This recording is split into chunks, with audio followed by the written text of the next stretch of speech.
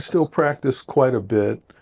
Um, I'll say on average, on a low day, 4 hours. On a good day, 6 hours. Right. And here's someone who's well established, well known, well regarded, and you've been playing your horn 50 years, let's say, something or more than that, and it's still that you find you want to practice too. I mean, Yeah, that's the other thing. People, think of practicing as there's a sort of negative connotation. I think of it as just that's the most fun I ever have is practicing. I love to practice. well, it's just something I do. It's just part of my life, part Yeah, of my it makeup. It's and students are so damn good. You have to kind of stay in shape too. Yeah, well, let's talk about that because as you evolved over the years, you became a teacher and a mentor to many people, and have now put out several great publications. One of which we're going to be talking about here: logical and critical thinking and jazz improvisation. With all your experience and now telling us about your practice routine and how organized and disciplined you were, I imagine as a teacher you've brought some of this to your teaching, and I know you've certainly conveyed a lot of this organization and your concepts in logical and critical thinking and jazz improvisation. So when you're teaching, and I know you've taught at Manhattan School of Music and William Patterson University, and been a very in-demand teacher for young students, how do you impart to them the need to be that organized and disciplined and focused on your instrument as well as jazz concepts? How do you get the young student to look at the whole picture and really develop that understanding? Well, the quality of the student varies greatly because at a school like Manhattan School of Music, all the students are motivated. All of them are there, career oriented. This is what they're going to do. Highly motivated, so no issue. At William Patterson, most are motivated, not all, most. And the ones that are not, you try to help them to find a path, whether it's going to be in education, in music, or in something else. That's okay. It's Yes. okay. This is your life. You have to find your direction. And so I try to make that clear to them. Manhattan is conservatory, so it's like music or nothing. It's Right. robust, it's a little different. So the problems that I've had over the years and the way I found solutions, this was really important in how I put together my book. Like, for instance, I mentioned to you earlier that I used to go by Barry Harris's classes, and there were pros and cons to that. You know, no disrespect to Barry because he was a fantastic teacher, fantastic player, no question about that. That goes without saying. And very opinionated. Very opinionated. So when he would say things to me like, this is a jazz festival in the North Sea Jazz Festival, and I was there with Nat Adderley, and I'm just excited. I saw all these jazz players and all this stuff going on. So I'm looking in this room to see if I want to go there or not. And Barry's walking over. He goes, "Hey, what's going on in there?" And I said, "Oh, hello, Mr. Harris." I said, "They're giving Oscar Peterson a Lifetime Achievement Award." He said, "All these years and Oscar still can't play." And I was just like, What? yeah, exactly. You say this to a kid? I mean, I'm not a kid, but a teenager or barely 20. And for him to say that was just shocking. But he used to do these things all the time. He used to say about so-and-so couldn't play. So Chick Corea, it's like, so that was the turn off about Barry. It was a turn Yeah, off. and if you played a pentatonic, out of the Yeah. class. I can't believe you guys think Coltrane was doing something. All he was doing was playing turnarounds. So these little sayings, they were offensive to me, so I I felt like Yeah. either you drank the Kool-Aid or you didn't, you know. So I looked at what he was teaching, and a lot of it was great, right? Absolutely. And Yeah. so I, between that and studying with other people like Phil Woods, I put my own spin on how to lay that out. So out of all of the books and teachers that I've seen that have a opinion on how the bebop scale system works, I like mine by far the best. Better than what I've seen in David Baker's books, anybody else's. I'm not saying that just to blow my own horn. I'm just telling you, this was Right. one of the reasons why I did a book, was to be able to do these things. You've organized your book in a very clear and concise way, even though it's a large book, and dealing with pentatonics, diminished scales, the bebop language, showing how it's all of these various techniques that you talk about are demonstrated in actual solos and transcriptions that are part of the book.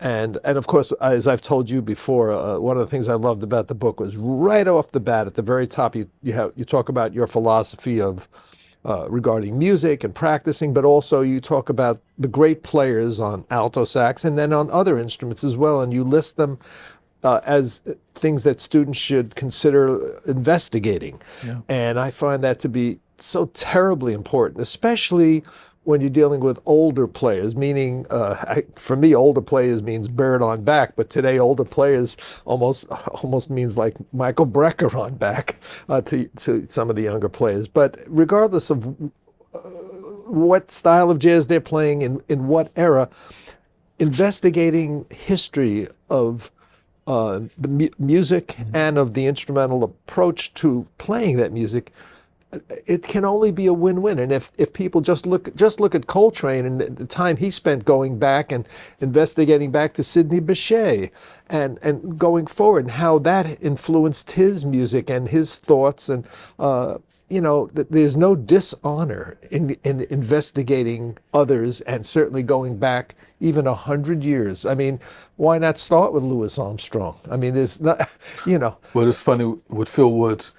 He studied with Lenny Tristano at Yes, some point, yes, and I asked, "What did you do with Lenny?" And he mentioned that he had to learn like some early solos, things like that. sure. It didn't hurt. Did you like it? Yeah, didn't hurt me. That kind Right. of thing. And I know Lee Konitz always loved Louis Armstrong and even played some of Louis Armstrong's tunes in concert. I mean, it's the history of music. And my thinking is, if you look at classical music concerts, orchestral concerts, you'll likely see a piece from the classical era, or maybe even the Baroque era, and then a piece from the Romantic era, and probably something more 20th or 21st century contemporary mixture, all on the same concert. Right.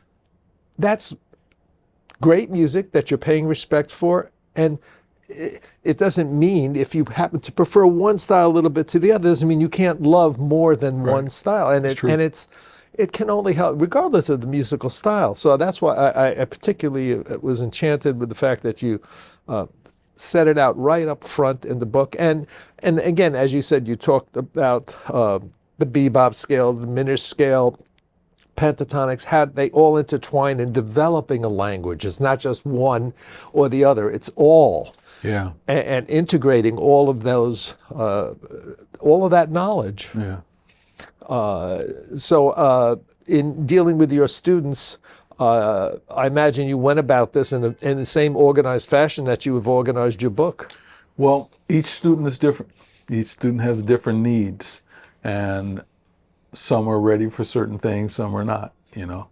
But I try to introduce to the students what I think they need. Now, it's always interesting because you'll get some kids that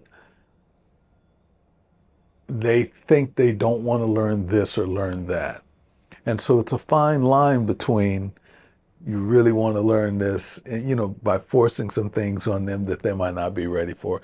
So it's a really fine line. I find that my best students were open to any and everything, and they would learn it and digest it and move forward. You know, you have, but that's not every student. Right. You know, so there's no one solution for everyone. And I think it's also, you've just enumerated a really important philosophy in teaching, is to look at each individual as an individual, not to just come out with a cookie cutter type of program. We're going to start here, we're going to do this and this, because every student is at a different level and at a different point. Every student is a different person. Very much so.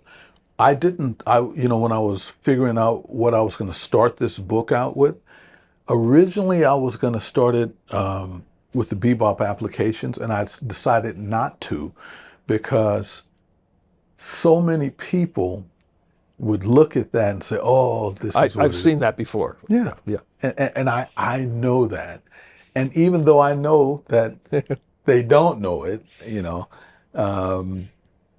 people would make a lot of assumptions. So I start in another direction, and it's really interesting because then they get open to it, and by the time they get to the bebop section, they realize that there's a whole nother system to this that's different. You know, I won't name names, but I have had some extremely well-known students come out of Berklee College of Music as a graduate and can play, but had no idea how to play on a minor 2-5-1. I'm just putting it out there. And so I understand. Yeah, well, I mean, again, every teacher has to have a definitive point of view, first of all, about playing and the role of the teacher to the student, but also a bigger understanding of how to deal with each person. And to be honest with you, having taught now for over 50 years, it takes a long time as a teacher, I think. Oh, I definitely to develop evolved. that sensitivity. Yeah. I have evolved as a teacher, and I've had unbelievable students. I'm so talented, like incredible. I mean, just remember, this one particular student wasn't. Anyway, he really loved Kenny Garrett, and he says, "Oh, this record's gonna come out on Thursday." I'm like, "Well, you actually know that date?" And he's like, "Yeah." And when the next lesson came, he wrote out everything from the record, wrote it out. I was like, "Wow, how long did that take you?" He's like, "A couple hours." He's just, because he just ears did unbelievable. He just listened to it and write it down, and but he couldn't play any of it. And I was like, "Listen, for me, never do a transcription without learning it, because there are multiple levels of learning a transcription, and you just got one little thing notating it. But in past the notes, learning how to play the note is the soul that makes it something and how it's spoken.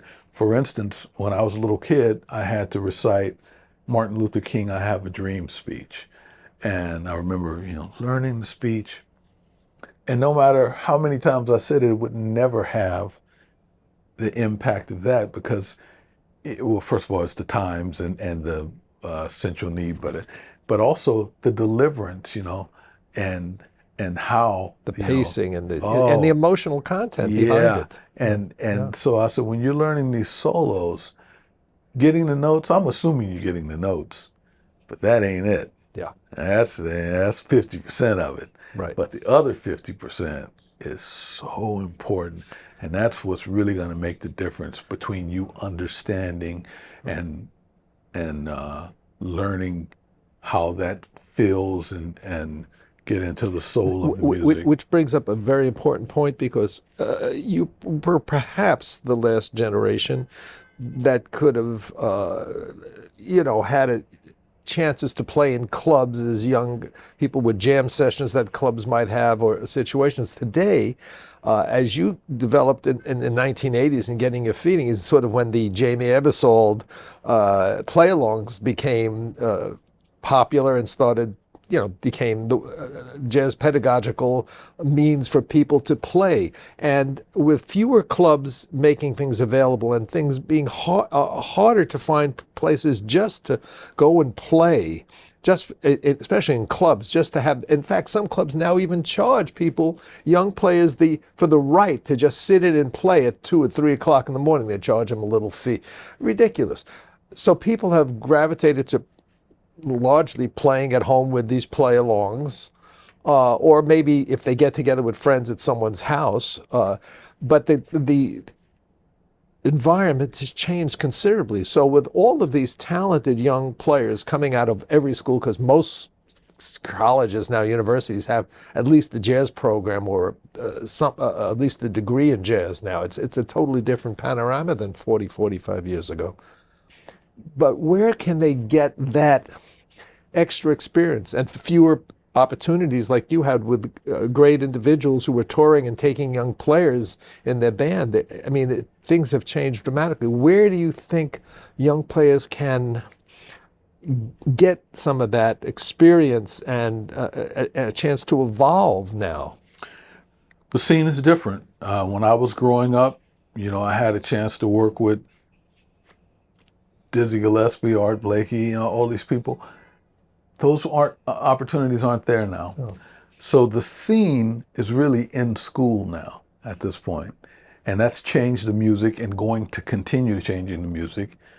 Not necessarily for the better, but it's going to change the music. Right. The value system is different. What was important to me, to a lot of these kids, it's not important to them anymore.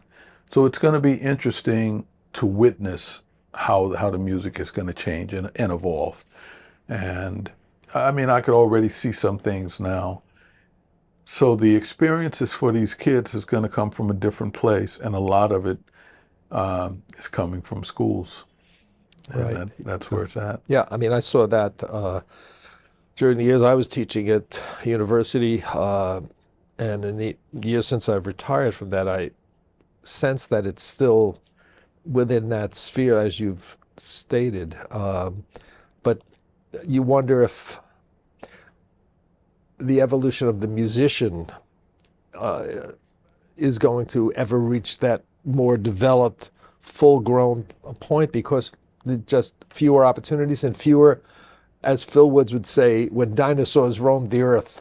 When he grew up, he said, it was Coleman Hawkins and Lester Young and Duke Ellington and Count Basie and Monk and Miles, and he would just go on and on.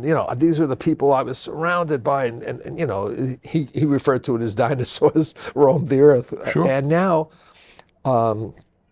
there's just less of that because of the way society has evolved, the way record companies have changed, the way just putting out a record or even being able to put out a record has changed. And actually, let's jump to your situation now, where you've put out about 20 recordings as a leader. More than that now. Yeah, I think it's around 26, 27. Wow. Yeah. That's a tremendous accomplishment in this world, as a jazz artist today, and staying pure to playing jazz. And every one of your albums with different lineups, different focus, and yet you have maintained that vision all along in playing tunes that are harmonically challenging and with different feels and with different sidemen along the way.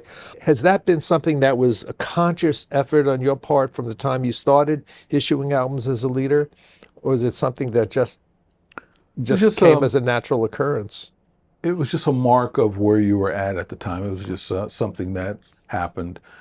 You hope to document where you are as a musician at that time. And so nothing has changed, and I'm always happy to do a recording. The business has completely changed. Right. When I first made recordings, you could count on royalties for a certain way. Now it's very different. I'm grateful, but surprised that these companies are able to spend so much money on making these recordings. So, but they still do it.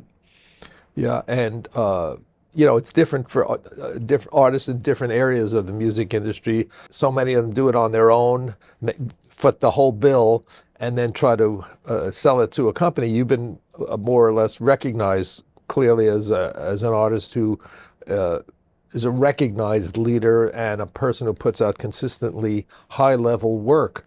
And so you have companies that are willing to back you, knowing that you have a following, clearly. What do you foresee for the younger players going forward with their opportunities as players, composers, in putting out their material? Well, it's so inexpensive to do it now and to do it yourself. I have one of my former students from Manhattan, actually, Manhattan School of Music, really good player, really tremendous player. And he wants to put out a recording, and he wants to take, his parents agreed to pay for it. And he asked, what do I think he should do? I said, I think you should wait. He said, but I've been waiting. I said, yes, you should wait some more until and build up, maybe someone will pay, a company will pay for you to make a record if you build up your career a little bit. And he's a little impatient. He's like, well, I want to document where I'm at now. I said, I understand, but that's going to cost you, cost your parents.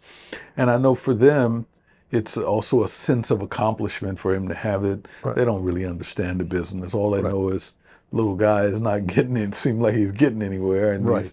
how many times can he play these clubs for like low money? It's Right. like, so I understand their frustration and they just want to help. Right. But it's, it's terrible business, beautiful music, terrible business. And I tell students that. Yes. And I said, listen, I'm not telling you this because my experience, I'm just telling you it is a terrible business. Yes. It is what it is. Yeah. And so kids tend to find revenue streams different than we may have thought of. Yes. And we'll see with the way the jazz scene is evolving, the way the scene and that's responsible for a lot of development is actually in schools now. It's going to be no one could say how it's going to end up. Yeah. I know some things I can't stand to listen to, but they think it's so cool, and I'm like, wow, they really like that, and yes, they love it. So, like I'm hoping I'm not that old guy who only likes, but so I think like that. I'm like, Yeah. Yeah. because I can imagine, some so-and-so, he only likes this. And then you're like, as a younger person, well, Yeah. Yeah. You wonder how much of it is age related, how much of it is just having lived through a certain amount of the history and seen and heard some of the giants as a young person and recognized what it was to become that level of player. And they're not hearing all the giants that you grew up hearing, that I had a fortunate to hear Sonny Stitt and Phil Woods and Lou Donaldson, Charles McPherson. I mean, whenever they came to New York, Sure. It was just, there was no question. That's where I'm going to be. I missed Sonny Stitt. I could have heard him in San Francisco, but I didn't know if he could still play. And I was like, and I saw he was playing somewhere. I was like, I wonder if he could play still. He never has any articles in Downbeat, and he never is in the polls, and none of this stuff. And he doesn't have any endorsements, nothing. And so I passed on it, Oh, and my of gosh. course, when he passed, maybe less than a year later, they're playing him on the radio. And I'm like, I can't believe it, And I had a chance to see this guy and did not. And Yeah, I think there are always players that come along like that, and you recognize it after the fact. But I feel lucky that I heard him quite a Yeah. bit, and even when I went down to Florida to visit grandparents, he was there. He was everywhere because he traveled by himself. Right. I think they refer to him as the lone wolf because he picked Right. up rhythm sections everywhere. And but boy, just one of the greatest saxophonists, period, I think, Yeah. in history. And no question. and someone who always, I mean, you knew exactly, you didn't need a rhythm section. Sonny Stitt could play by himself for hours. Every change would have been accounted for. And Strong logic. strong, and that's one of the things I liked about your playing very much, and that you sort of imply here. I mean, you really play through the changes beautifully, and you play with what Charles McPherson refers to as some of the most compelling notes in the chord changes. And I think that's so important in negotiating, playing any tune with harmonic implications, that understanding theory as much as clearly you do. And that's something I felt I neglected in my education, where you would get quote unquote classical theory and harmony. And that's so important, and that's, I think, one of the things that radiates from your book is the importance of understanding theory and harmony, and really being completely as well versed as any great jazz pianist would necessarily be. You really need to understand all the implications of the scales and the chords, You have to and spend some how they time with can the piano interact. also. Yes, and that's all. Something pianists, all great jazz pianists have at their fingertips. Well, all horn players should have a minimum amount of keyboard harmony. Yes. And it's interesting. Like I say, Phil Woods played great piano. Yes, I know. And I heard him play. Freddie Hubbard used to call me all the time in the middle of the night playing piano. I'm like, unbelievable. Unbelievable. Just it's great. And it was funny having a conversation with Nat Adderley, and I was playing something on the piano, not very well. I said, did Cannonball play great piano? He said, Cannon couldn't play no piano. I said, really? He says, about like you? I was like, you gotta be kidding me. And he said, no, you play piano. And I just found this so hard to believe at the time, but I understand it now, because he just could hear. He just hear things everybody not hearing, Right. and it didn't matter. And you never hear stories about Charlie Parker playing piano either. Right. You hear about Dizzy, though. Oh, Dizzy another- we know. He was a guy that taught everybody things. Yeah. Yeah, so Dizzy we know. But you never hear stories about Charlie Parker playing piano. Doesn't mean he didn't, but I'm just saying we never hear them. Yeah. But with Nat, I asked him, and he said, Cannon didn't play piano. And That's but interesting. the only way he could be that sophisticated and hear inside out of the changes, it was just happened to have just freakishly good ears and, Right. intelligence. And Yeah. everybody Let's else. change direction for a second. I want to talk a little bit, especially since we're up here at Yamaha, about your equipment and the equipment you use today, and what are your preferences and or recommendations? The last time I went to see Phil Woods, Phil was, he said to me, Yamaha is where it's at now. I said, come on, Phil, man. He's not. He says, Selmer was it in the 50s and the 60s. Yamaha's it now. And I said, Phil, you don't have to try to sell me on the horn, man. I'm going to play what I play, And so, it was a thing, and I didn't really think much about it. And at the time, I had left, I was playing Yanagasawa for a number of years. And they're good horns, and I like the horns, no problem. Yes, they are. And the import-export manager retired, and the new guy that came on, we just didn't see eye to eye, and so I knew it wasn't going to work out. And I started playing one of my vintage Mark VI. It was fine. I enjoyed it. Everything was great. And Tomoji asked me to come in and if I would consider trying out some Yamahas. And I said, well, I've played them, they're okay. He said, no, just come. We want to try to revamp a horn and see if we can find something that you would like. So I sat there and they went through some different variations, and he finally found a combination. I was like, you know what, I could actually play this and feel good on it and feel, good. So he was quite happy with that. And I, since spending time with it, have been able to find a voice on it. And I've had other students, what I realized, part of it is such a psych game. And what I mean by that is everyone's like, what's a great sound on alto saxophone?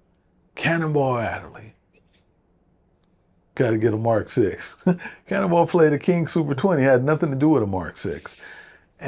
But yet they equate this as a great sound, I got to get a Mark 6. Well, right. And you know, and so it's so much of our psyche. And Yes. even when I was a kid, I would have gotten a 62 because my teacher said, get the 62 over to Mark 7 because there are no Mark 6s. But then when I found the Mark 6, they get the Mark 6. Right. Never played it, just get it. And everything is based on, like when you, there's a, I don't think it's this record.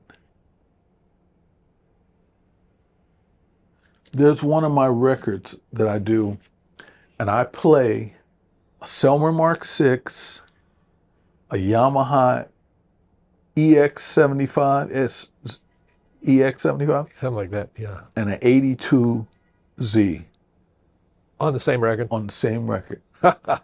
And I told this to some people. I think I did on a Facebook challenge or something.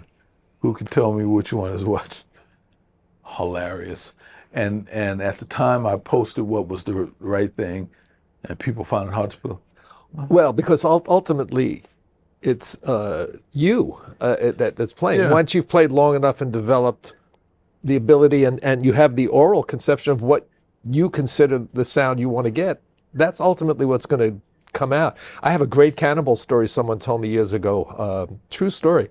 Cannonball was in Las Vegas, and the Merv Griffin show, which was one of the big interview shows, TV talk shows at the time, was stationed in Las Vegas. And Cannonball was at a club for a week, and was going to. And they did the taping in the afternoons for those for the Griffin show.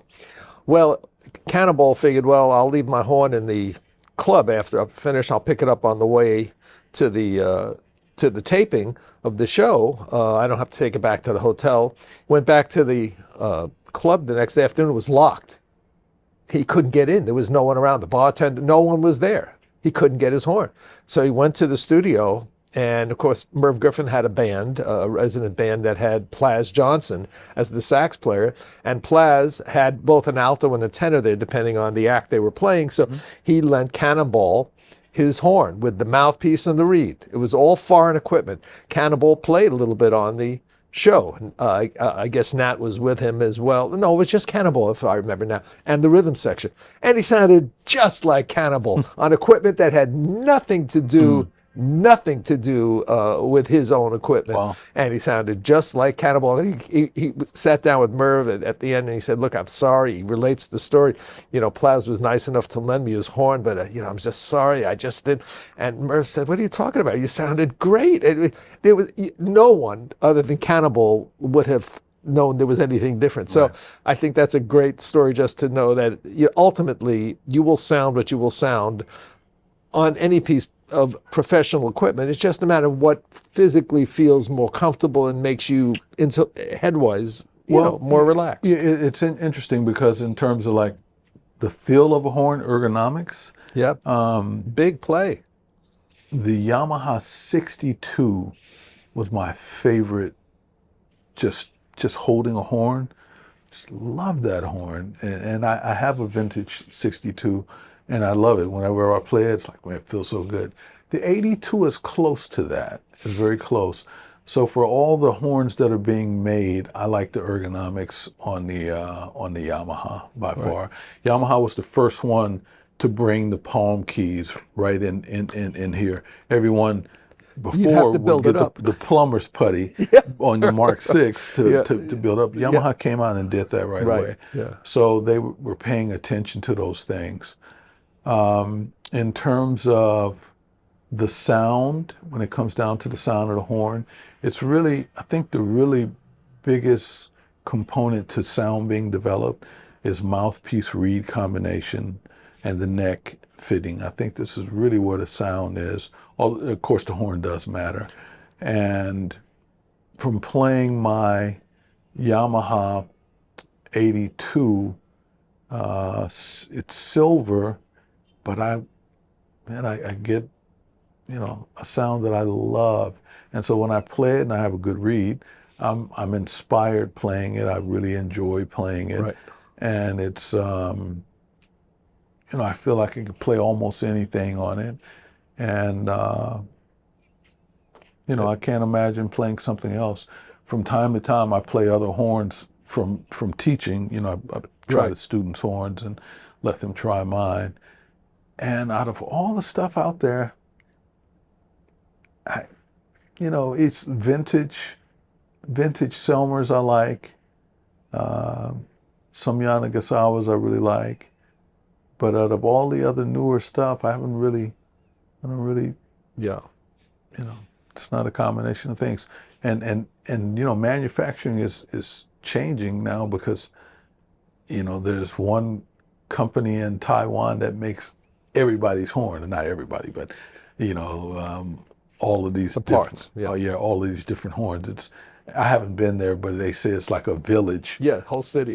Yeah, the whole city. Yeah, they literally. Yeah. Yeah, yeah. And there's one factory just to make the screws, and one Yeah, factory and they just for give you bits. variations. Yeah, What do you want? yes, I So know. you can set up a contract. You have your horn made, Yeah. but with these screws, Yeah. with this. Yeah. So yeah, and there's only a few people that are making horns. Unfortunately, um, Yamaha, as of now, is still into R&D, research and development, and trying to make Yes. the world's best horn. Yes. You And know, they've done the same for the clarinet. And please hurry even up with the flute. even though they know, meat and potatoes is on student model instruments, but they Well, still spend the money on the yes. professionals. Okay. You know, Now, what is your mouthpiece of choice these days? it's interesting. I play a Vincent Herring mouthpiece made by Ken Ukutsu, a guy in Japan, who approached me some years ago and wanted to make a mouthpiece for me. Made great mouthpiece, unbelievable, and it's great. But he apparently had a nervous breakdown or something, and I haven't been able to get product out of him. So I'm probably going to switch mouthpiece, not because I don't like it, because I love the mouthpiece, but it was a revenue stream for me also. And so there's a couple people that are making very good mouthpieces now. When students are not able to purchase my mouthpiece, not just students, but professional peers that are interested in my mouthpiece and they aren't able to get it, I recommend there's a mouthpiece called 10M Fan, and the guy makes fantastic mouthpieces. It's just a individual guy down in Florida that's cranking these things out of his garage, makes Wow. a really good product. So I may end up doing something with him, not sure. Then of course there's Babbitt Meyer, who's revamped some things, and I might end up doing something there, I'm not sure. My good friend Mike Smith, do you know Mike Smith? Yeah. Mike Wonderful Smith alto player. I have to tell you a story. Mike, when I was playing Meyer, he says, "Hey, what do you play?" I said, "I play Meyer 5." Sends me a unbelievable Meyer 5 right in the mail. This was quite some years ago, right? 30 years ago, right?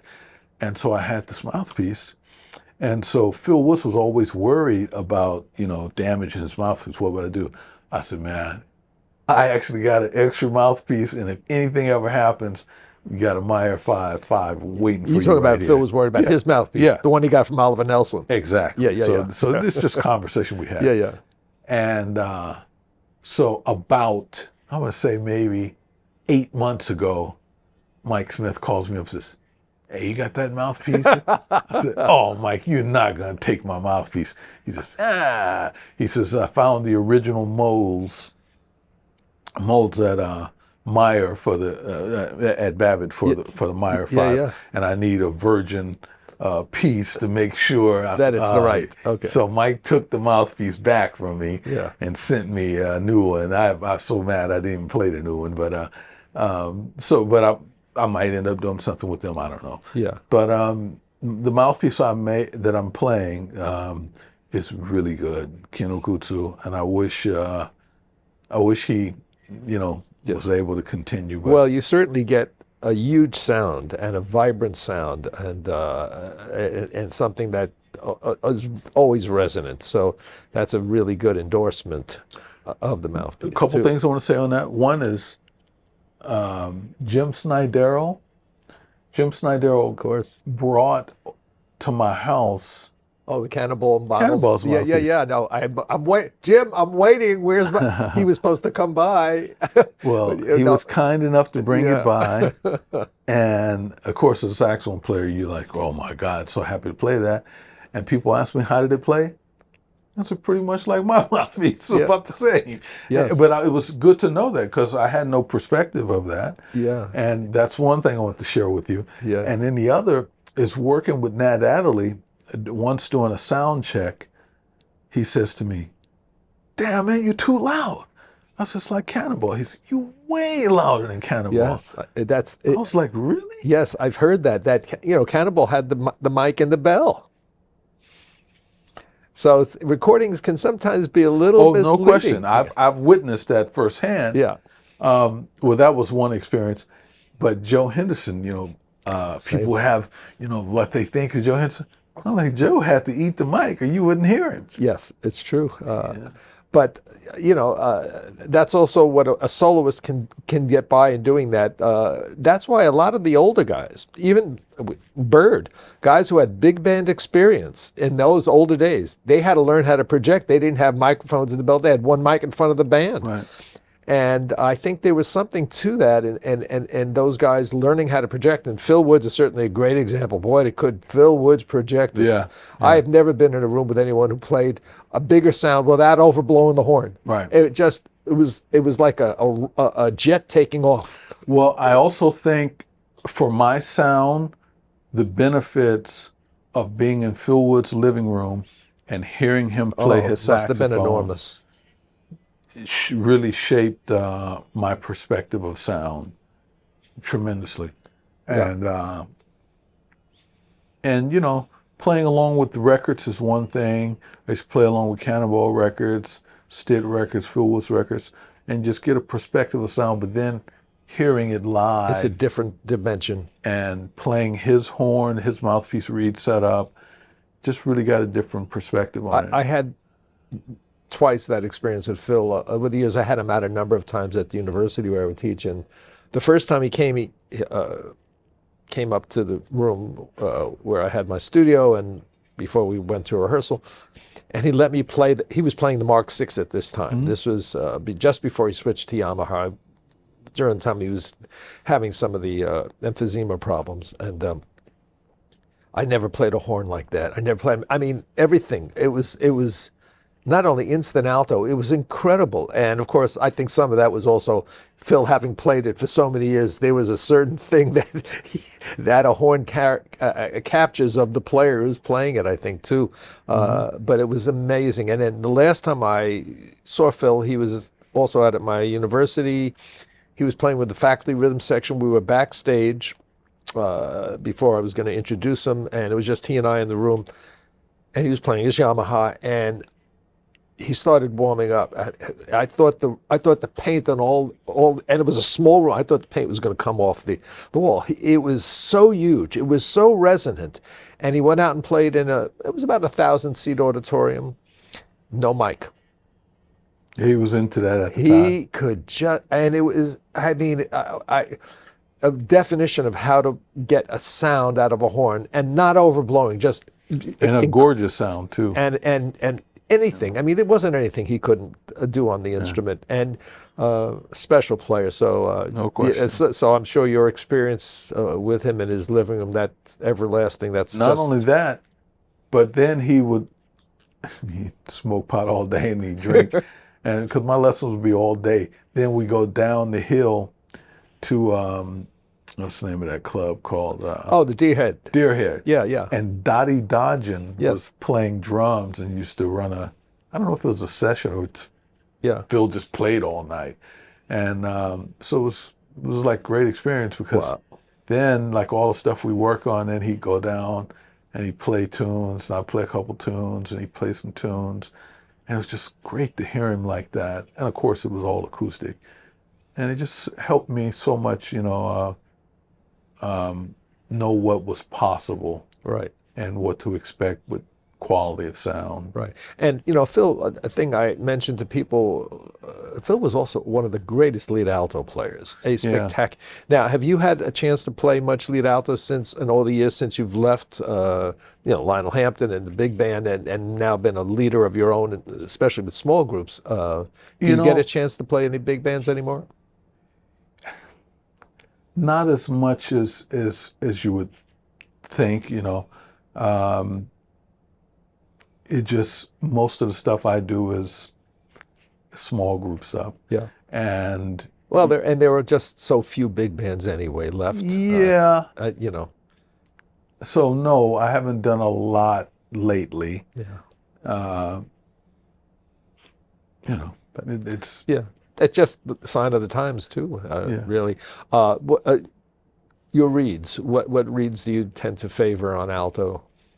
I was using Grand Concert Select, Diodario product, and they discontinued them. So I bought up a bunch of them before they disappeared, and I go between those and the Reserve, Rico Reserves, I think they're called, Diodario Reserve, and then some Jazz Select. The Jazz Select. Yeah. So I'd say Grand Concert Select is my favorite still, then the Diodario Reserve, and then the Jazz Select filed. Right. 2.5 medium. Well, medium or soft. I can't remember. Yeah, you can get them. You can get them in all those gradations: soft, medium, and hard. Right. I think I'm playing Jazz Select 3M these days. I use pretty soft setup. Interesting. And what about your ligature? Do you have a special ligature that you use with the mouthpiece reed? So over the years, of course, I'm sure you have a lot of ligatures also carried. But I tend to I won't say collect, but I do have a lot of ligatures, partially for my students to be able to try out ligatures and get it out their system. Because they'll be doing the same thing. Yeah, right. And out of all the ligatures that I've played, it's funny, Silverstein, one of the Silversteins, it's like all black one. I really like it a lot, but I find myself gravitating towards more traditional ligature, not because of the sound, just somehow it's more convenient than the Silverstein. But I like the Silverstein sound also. I like the Robiners also. Those are pretty good. But right this second, I think I'm playing a Ishimori, one of Ishimori's ligatures. Yes. Which is great. I like it. Yes. Sounds good. Yes, they are wonderful ligatures, and on clarinet as well, I must say. On clarinet, Gigliotti. Gigliotti's? How you say Gigliotti? Gigliotti. Yeah. I used to use one of those on alto too. I used to like it a lot. I didn't know he made those for alto. Selmer used to sell it in a package behind the counter. It was like a cheap plastic ligature. Yeah. And they played so good. Dave Peterson turned me on to those. Oh, that's funny. And I played those for years. And anytime I find them on eBay or something, I'll buy it. And so I have a couple of them. And then when my students are trying ligatures, I'll let them try those. They're like, wow, never heard of this. Right. Pretty amazing. Just a final question before we wrap it up, and before we have you demonstrate some of your concepts that you have in your book. You mentioned, that you had picked up a tenor early on in your career when you were playing briefly with Horace Silver. Do you play? I know you still play soprano saxophone, and do you give much time to the other saxophones, or even flute, or so forth, other instruments? Okay, so first of all, let me go with the tenor. When I was working with Cedar Walton, I worked with Cedar Walton for 21 years. Oh my God, long time. And so Cedar, after a while, he's like, "Hey man, why don't you play some tenor?" I'm like, "Cedar, I'm playing alto, man." And so, he really wanted me to play some tenor. So I started practicing a little bit and getting it together a little bit. And I started enjoying it. And then when Ronnie Scott died, the family gave me that, well, they didn't give it to me. They loaned me that tenor to play with Cedar Walton. And so I had 84,000 Mark VI for a lot of duration with Cedar, and I was thinking it was mine. And then when Cedar died, they called up and said, "So sad about Cedar. We will be needing that tenor back." I was like, "Oh, okay, yeah, no problem." I forgot, I had it so long. Yeah. And so I gave that back. And then just by chance, um, I was somewhere and someone had the new Yamaha prototype tenor and it sounded really good. And I asked if I could try one and I played one. Unbelievable. Unbelievable. It might even be a step above the alto. I mean, it is just great. And Wow. so I have one of those unlacquered. And, I actually consider myself a tenor player now too. So back in the day, I did everything to resist playing tenor, but I quite enjoy it now when I do play, and I don't have to practice it when I take it out. Pretty much it's going to sound good right away. I use a uh, Ted Klum New London model metal mouthpiece. I have both the hard rubber and the metal, but I did a tour with Joe Magnarelli and I was just playing tenor and I had both mouthpieces. I started out on the hard rubber. After about a week, I was on the metal, haven't changed back. So, And soprano?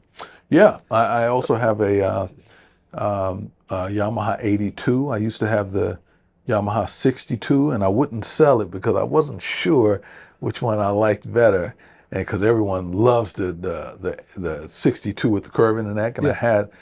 I had a couple of them, and they were like perfect mint condition, museum quality, and I held on to them for some years, but then at some point I was like, you know what? I'm playing this one. The difference, you know what? I'm going to go with this, and then I sold it. So I have a 82Z, silver 82Z tenor, soprano. Right. I play clarinet. I play flute also. Clarinet is almost therapeutic. Days I don't feel like playing or practicing saxophone, I'll practice clarinet. Let me give you a little story Charles McPherson related to me, which I think I've related at other times. But as a young fellow growing up in Detroit, he was a few blocks away from, I think the Bluebird was the name of the club. And Bird was there a couple of times. But once Charles went there and he hung out and he noticed Bird had a tray pack that he was carrying his horn with, and he had a clarinet in it. And he said to Bird, well, I didn't know you played clarinet. He said, I just practice it. I take it with me on the road. It's good for you. Wow. And Charles has related that to me several times. And I think that's an interesting comment. As brilliant as Bird was, he recognized there was something to be gained by even practicing. And, there are even a few little tunes where Bird plays a lick out of the Close book, I'm sorry. I remember he had an interview with Paul Desmond in which he mentions that he practices out of the Close studies, which is sort of the Bible of clarinet pedagogical texts. Wow. So that's interesting that Well, you mentioned let me that. share a thing with you. Cannibal also played clarinet. No, okay, yeah. Yeah, I have some photos with Cannibal Really? playing clarinet. No kidding. And Doug Lawrence told me this story. He said he went to take a lesson from Sonny Stitt in Chicago, and he said when he got off the elevator, he heard this clarinet player. It's like, damn, who was that? He goes to Stitt's door, knocks on the door, and Stitt has a clarinet. He said, man, I know you play clarinet. He said, everybody play clarinet. And at one point, Of course, you had to, especially if you played in big bands, yeah. too. At one point, that was just standard. Daddy, I want to play saxophone. Okay, we will get you a Start with the clarinet. clarinet. Yeah. In fact, there was a method book, a Jimmy Dorsey method book that I had early on in my studies that was put out, it must be almost 90 years ago, 80 years ago. And in it, there's a little thing that Jimmy Dorsey writes, and to the extent that it is standard now for all saxophonists to play clarinet, and usually to play clarinet first because of the embouchure and Sure. necessity for, getting accurate finger placement on the open holes, etc. So that's interesting. But I had not heard about Stitt playing clarinet Yeah, either. and I looked for it on recordings, nothing. Nothing. Yeah, And yeah, Cannon, I knew played clarinet, and of course there's no recordings of him yeah. And doing that either. Train's first instrument, I I believe, didn't know that. was clarinet, Yeah, and yeah, yeah. But it goes with the it's times, understandable. Yeah, with the yeah, times, yeah, yeah. yeah. And And like I say, I actually really enjoy playing clarinet. I have no need for it in my professional life, and I enjoy playing flute. I occasionally need it, but not much. Um, but clarinet, I try to get my students into it if they're not playing it. And I tell great. them, I said, look, man, I gotta tell you, it's when you don't, especially when you don't feel like practicing saxophone, it's just so fun to play Yeah. and challenging and Yeah, there's no forgiveness on clarinet. I no, mean, if you miss, on saxophone, if you're a little off the pearl, you can still get the sound, but, and you can, there's a little more forgiveness in the sound. The bigger the bore of the horn, a little more forgiveness. But in clarinet, no forgiveness. yeah, You can't escape. yeah, The truth comes true. out. But But I love it also. yeah, that's interesting. Anyway, we're going to break now and have you demonstrate some of the concepts that you Sure, emphasize in your book. And again, thanks so much for spending all this time with us today. no problem. Appreciate it, man. It's Okay. been fun.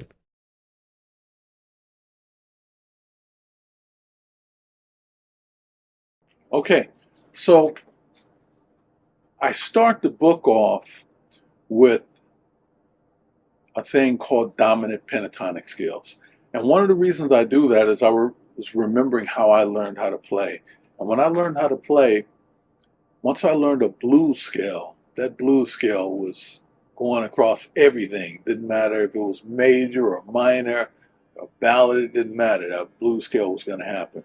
And I wasn't able to hear chord progressions.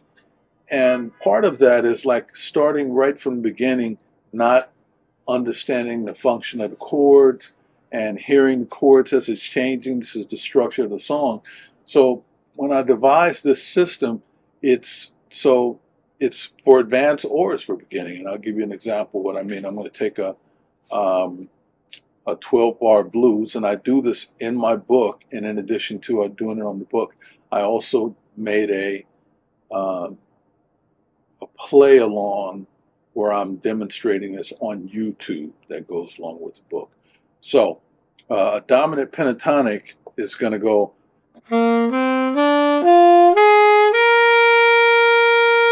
1, 2, 3, 5, 7. Just for perspective, a major pentatonic scale, say a C major pentatonic scale, is the same as the relative minor pentatonic scale. So with the dominant pentatonic scale, it's the same as a minor 6 pentatonic scale. So a minor 6,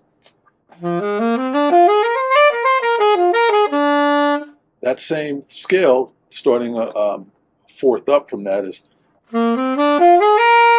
the dominant pentatonic. And like a major pentatonic be,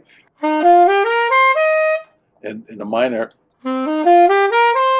it's different start note. Okay, so we're going to take a 12 bar blues, which is going to go 1, 4, 1, 1. And what I mean by that, 1 meaning in my particular key, be it G7, 4 is going to mean C7, and then G7, G7 again. Bar 5 will be C7, C7, then back to G7, G7. Then we'll go D7, C7, G7, G7. Now, if you have if you're teaching like this to beginners, to little kids, it's so important because then this gives them parameters that they can use. Even if they don't know the language, it gives them a parameter of what they can use. So now they have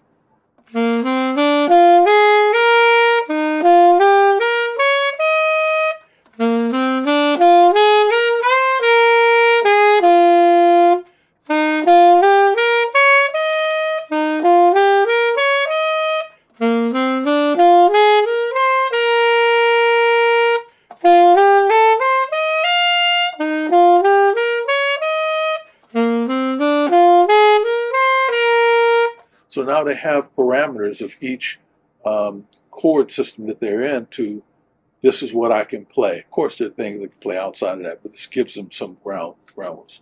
And as you keep going and progressing, I have a whole system that I like to stack on top of these. I give the most elementary example. On bar 4, which is a place that typically in jazz we like to color that chord and make it a different sound resolving into bar 5. And I'll give you an example of what I mean.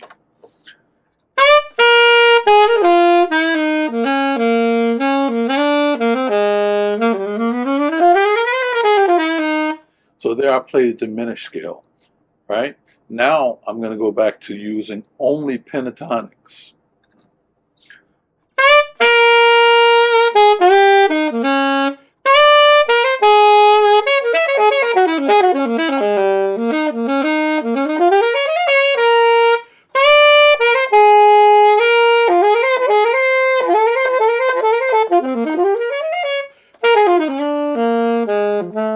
I added one note to F sharp. But other than that, I did from 1, and that's from the 4, and then here,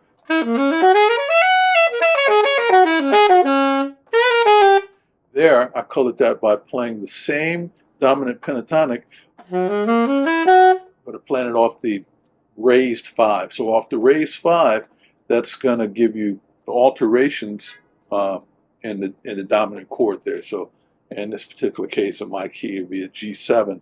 So the dominant pentatonic starting from the raised 5 is going to be raised 5, 7, 1, raised 9, flat 5. And it's going to give you all those extensions. And then when you resolve that in bar 5, it's going to sound like a nice tension thing. And where does this come from? This is a combination of experiences that I've had, but this kind of vocabulary is really McCoy Tyner at a certain period, was someone instrumental in using this kind of language like that. And, you know, from my experiences, I adapted it to a lesson plan that other people can use and digest and get it into their plan. So that's, everything is always logic based, and you know, there's a madness to this, and there's method to this madness, no matter what it is. So that's an example of the first system in the book.